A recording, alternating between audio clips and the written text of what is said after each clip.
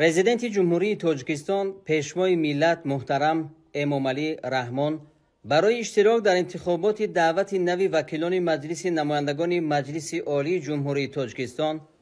و مجلس‌های محلی وکیلان خلق با اچسک انتخاباتی رقم 15 حوزه انتخاباتی رقم 23 ناحیه اسماعیل سامانی شهر دوشنبه تشریف آوردند. رهبر دولت محترم امامعلی رحمان در اچسک انتخاباتی رقم 15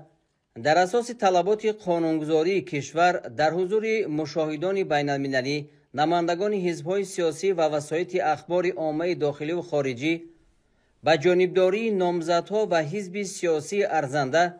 به خاطر پیشرفت و شکوفایی باز هم افزون تاجیکستان صاحب استقلال آواز دادند.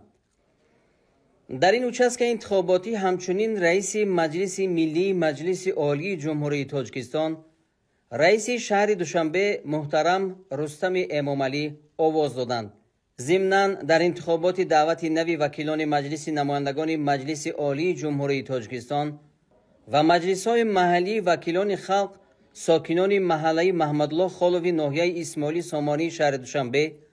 که اچسک انتخاباتی رقم 15 در حدود آن جایگیر است، چون دیگر ساکنان کشور با احساس بلند وطن دوستی و افتخار از دولت و دولتداری اشتراک نموده آواز می‌دادند. طور مشاهده می‌گردد انتخابات در همه گوشه و کنار کشور عزیزمان در فضای آرام و آسوده و ثبات سیاسی و اجتماعی جریان گرفته، مردم آزادانه به جانبداری نامزدها و حزب‌های خواسته خود آواز می‌دهند.